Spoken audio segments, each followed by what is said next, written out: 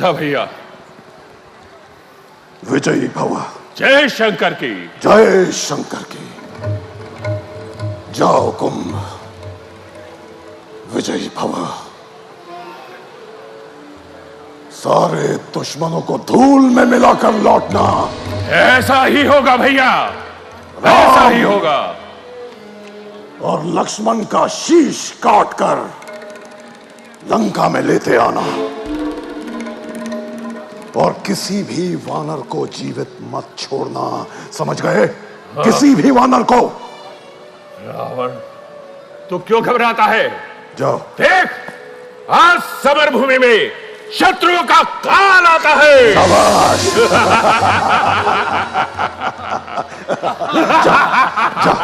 जाओ भाई। जय शंकर की। जय शंकर की। और हमें शुभ समाचार लाकर देना। ठीक है भैया। जाओ।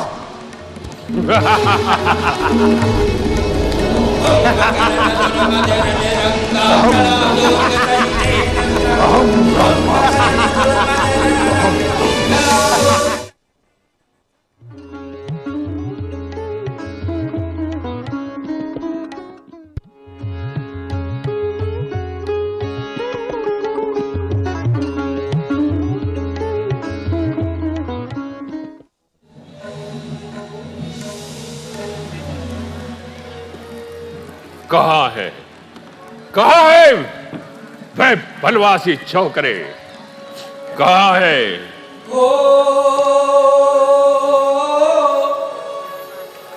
देखी विभीषण आगे आयो, सर्वोच्चरण निज नाम सुनायो। राम सिया राम, सिया राम जय जय राम। राम सिया राम, सिया राम जय जय राम।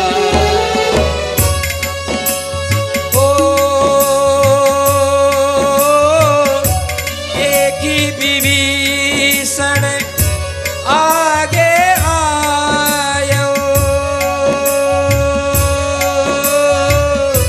परे वो चरण निज नाम सुनायो। राम सिया राम, सिया राम जय जय राम। राम सिया राम, सिया राम जय जय राम। विभीषण, कहो भाई।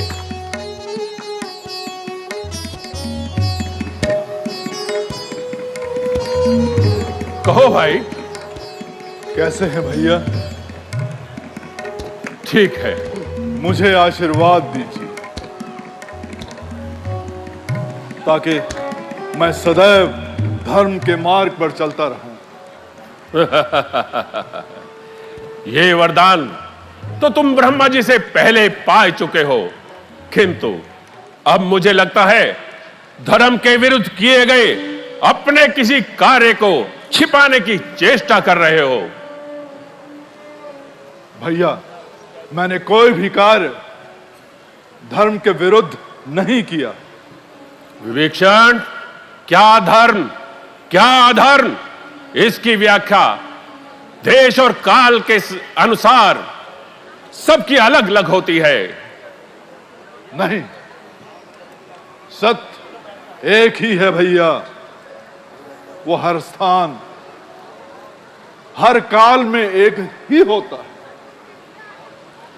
नहीं, उसकी व्याख्या भी एक ही है।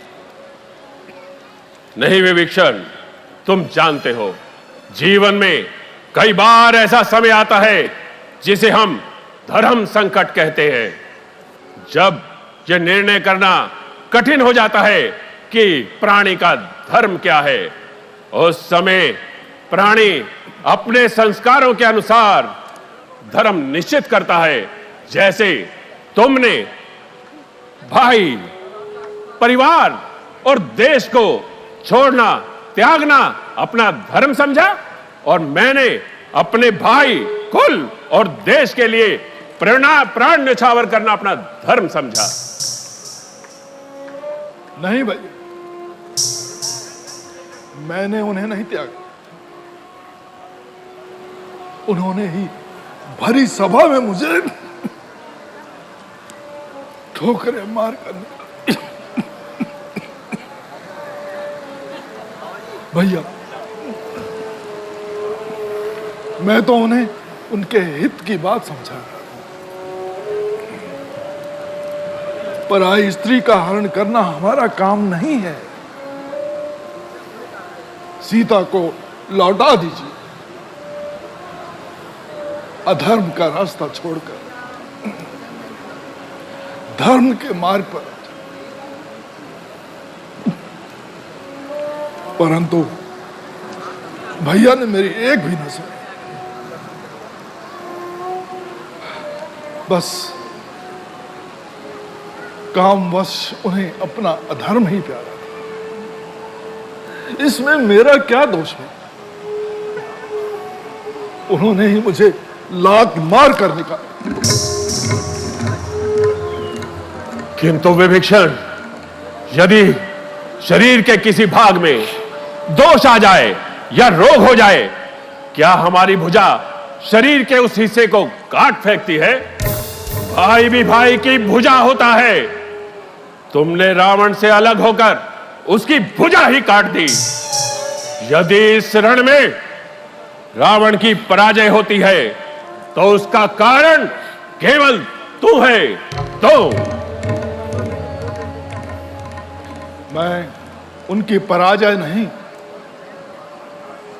उन्हें उनकी विजय की बात समझा रहा।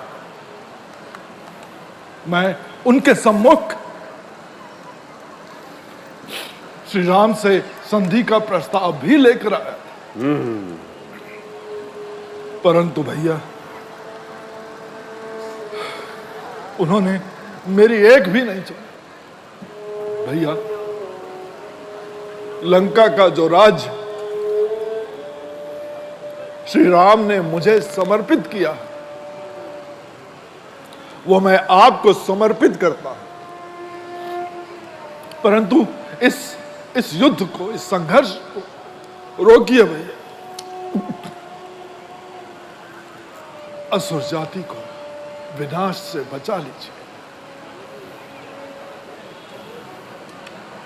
महाराज रावण के इस दुराचरण से तो आप भी सहमत नहीं है भैया? हां, यह सत्य है कि मैं भी इससे सहमत नहीं हूं। तो आप हमारी ओर आ जाइए भैया। दुष्कर्म और दुराचार के लिए अपने बंधु को भी दंड देना अधर्म नहीं है।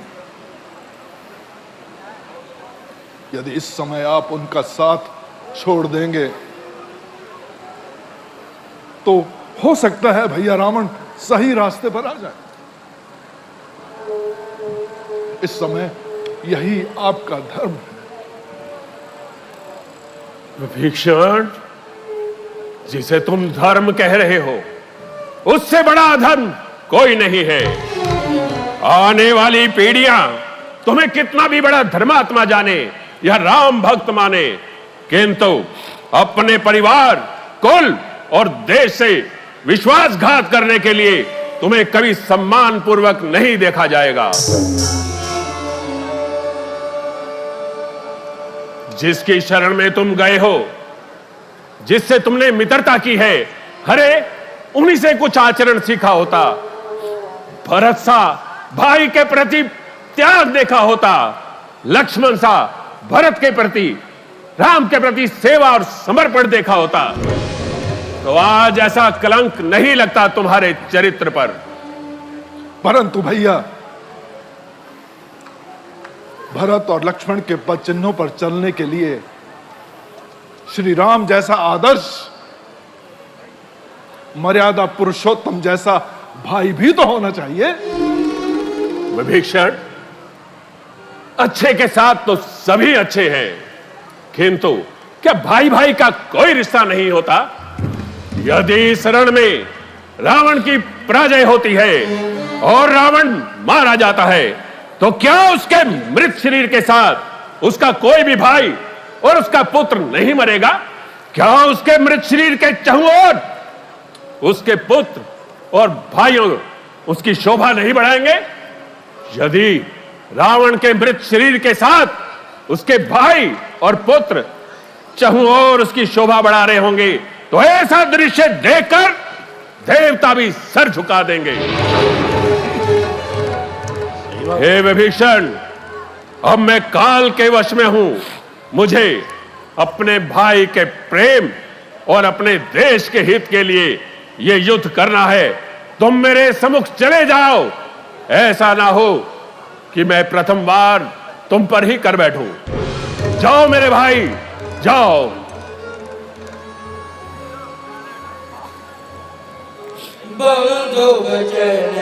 मैंने आपको बहुत समझाया।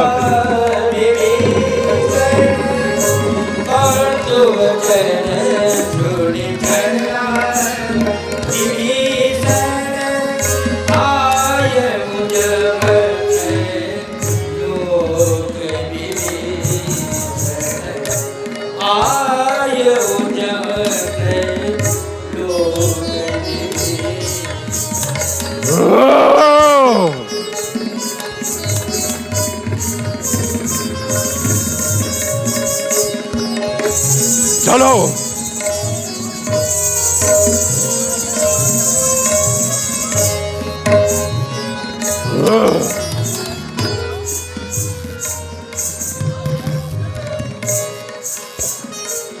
राम राम जय राजा राम।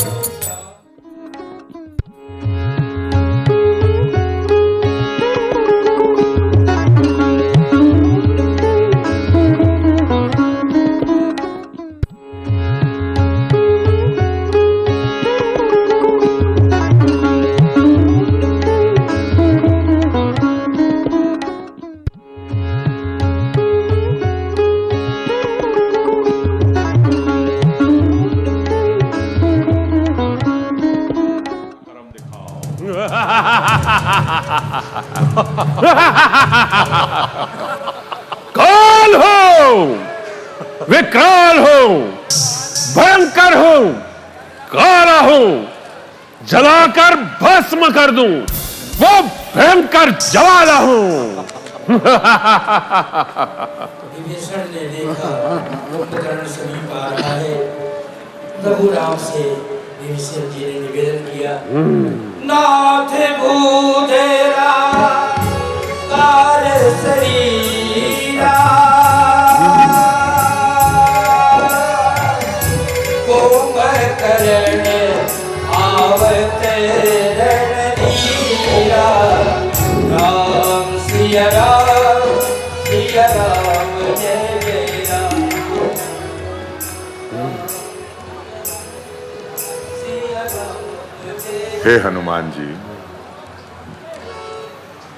आज युद्ध में कुंभकर्ण आ रहा है। सारी सेना को सावधान कर दीजिए। जो आज्ञा प्रभु।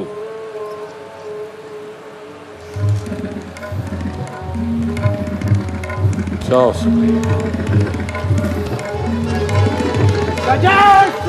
जय श्री राम। आक्रमण। चलो अंगद।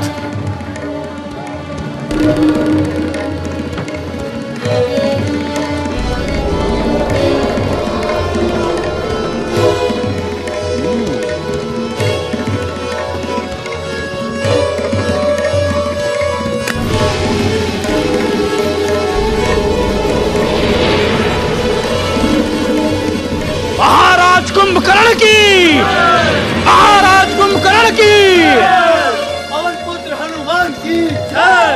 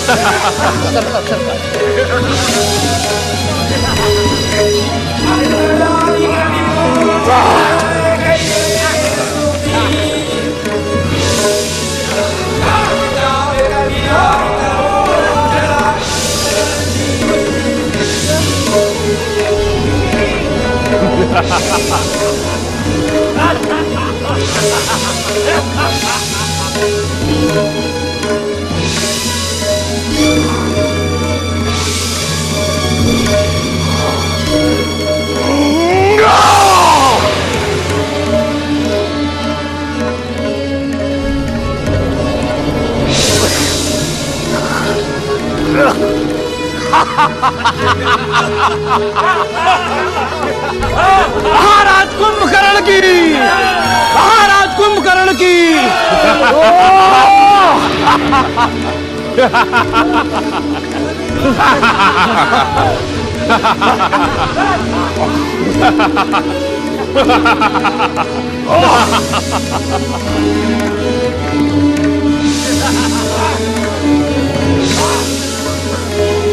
ओह, सुग्रीव!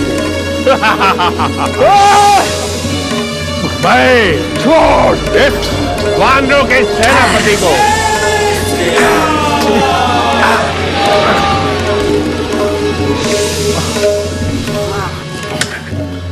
मैं इस वानरों के सेनापति को अपने साथ लिए जाता हूँ। वानरों की सेना तुरंत तितर बितर हो जाएगी।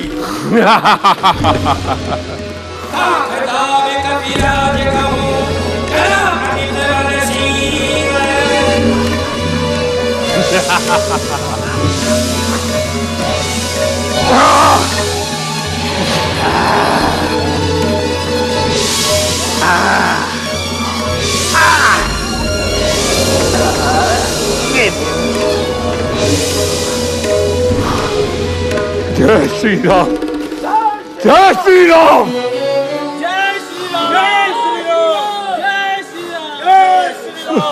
प्रभु जय शंकर की, शंकर की जय शंकर की। जय श्री राम।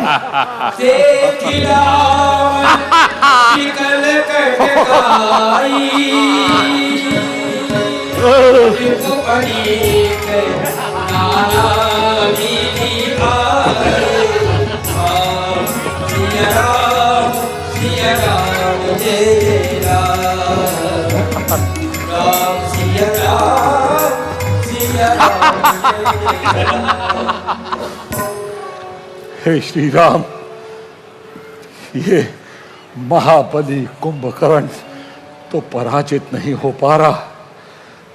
कृपया आप ही कुछ उपाय करें। जय श्री राम, जय श्री राम, जय कुंभकर्ण की। आप क्या निश्चिंत रहें हनुमान जी। अब क्या तुम ही मेरा अवधपति युद्ध हो? कौशल देखें। क्या तुम ही सूर्य कुल नंदन हो? रावण से युद्ध छेड़ा है, क्या तुम ही जानकी जीवन हो?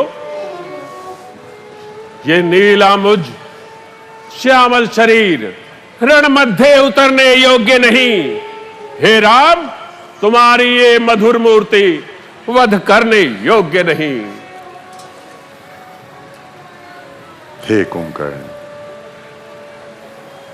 ये युद्ध स्थल है। यहां पर बातें शोभा नहीं पाती हैं। हे वीर कुंभकर्ण, यदि तुम वीर हो तो ममता छोड़ो प्राणों की। देखो, अब वर्षा होती है दशरथ नंदन के बाणों की। हे राघव, अपना एक कौतुक और दिखा डालो। मैं तुम्हें पकड़ने आता हूं, तुम अपना बाण चला डालो।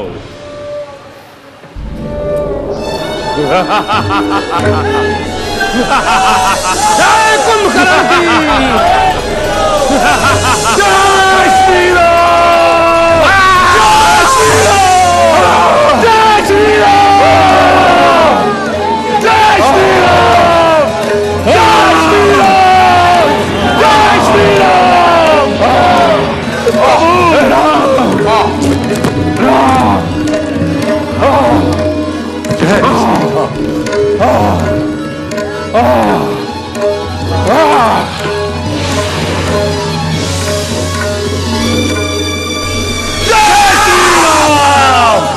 भाग जाओ।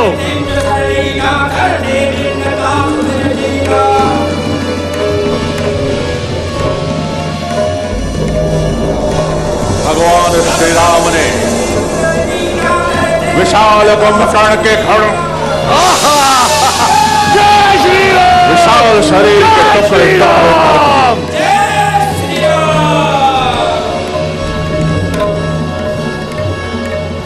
सारे वानर सेना प्रभु श्री राम का जय घोष करने जय लगी। श्री राम जय श्री राम राम राम प्रभु राम राम प्रभु राम राम श्री राम राम राम प्रभु राम राम प्रभु राम राम श्री राम प्रभु राम राम श्री राम राम श्री राम राम प्रभु राम राम राम प्रभु राम राम प्रभु राम राम श्री जय श्री राम जय जय श्री राम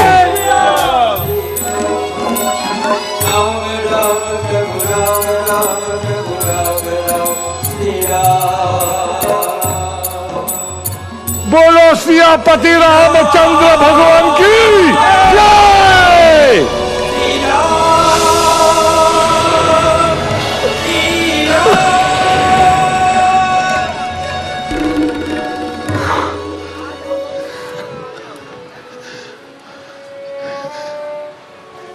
हे प्रभु, आपने इस विशालकाय राक्षस का विनाश कर हम मुनि महात्मा और देवताओं को समाप्त किया। आपकी जय हो जय हो जय हो।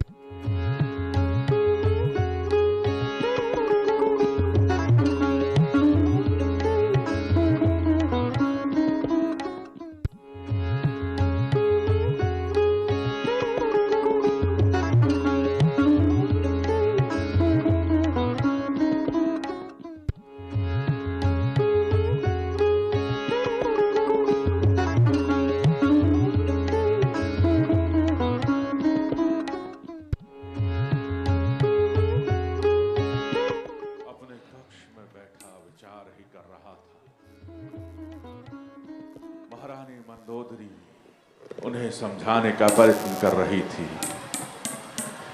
रावण के अनेकों अनेक पुत्र भाई इस युद्ध में काम आ चुके थे। ऐसे में अतिकाय की माता रावण को उलाहना देने लगी कि उनकी वजह से उनकी गोद सूनी हो गई। अतिकाय की माता धान्य मालिनी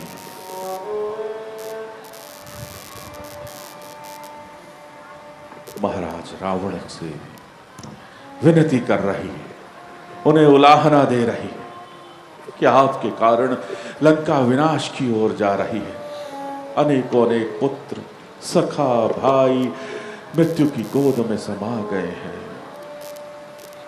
तब रावण उन्हें डांटते हुए रानी मंदोदरी से कहता है, महारानी मंदोदरी, धन्य मालिनी को ले जाओ, यहां से ले जाओ। हाँ हाँ महारानी, चलिए यहां से। लंका के सभी राजमहल अभी शमशान नहीं हुए हैं। अभी भी एक दीपक टिमटिमा रहा। लंकेश के महल में दीवे को बाती लगाने वाला एक कुल दीपक अभी भी शेष है। उलस्त कुल को पानी देने वाला आपका पुत्र मेघनाथ अभी जीवित है। परम प्रतापी महाराज रावण मेघनाथ की बलि चढ़ाए बिना आपका यह महायज्ञ कैसे पूर्ण होगा? असंभव, असंभव मातेश्वरी, असंभव।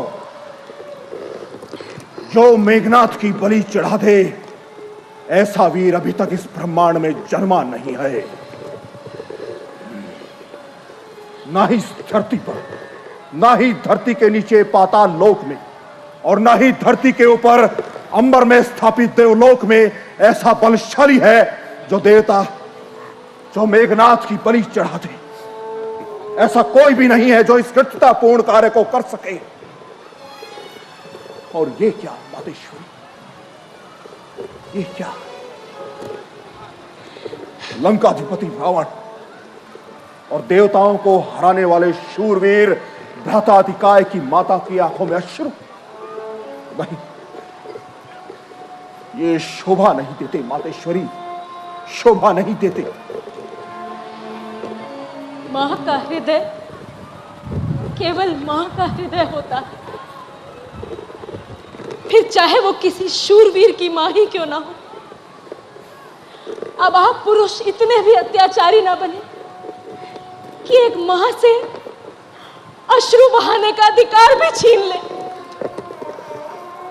जो मां राजमहल में रहेगी उसे अश्रु बहाने का अधिकार नहीं दिया जा सकता मातेश्वरी, क्योंकि वो रोएगी तो उसके साथ प्रजा की सहस्त्रों स्त्रियां भी रोएगी। यदि राजमहल से एक चीख उठेगी तो प्रजा की सहस्त्रों स्त्रियां भी चीख उठेगी। और आप रक्षराज रावण की पत्नी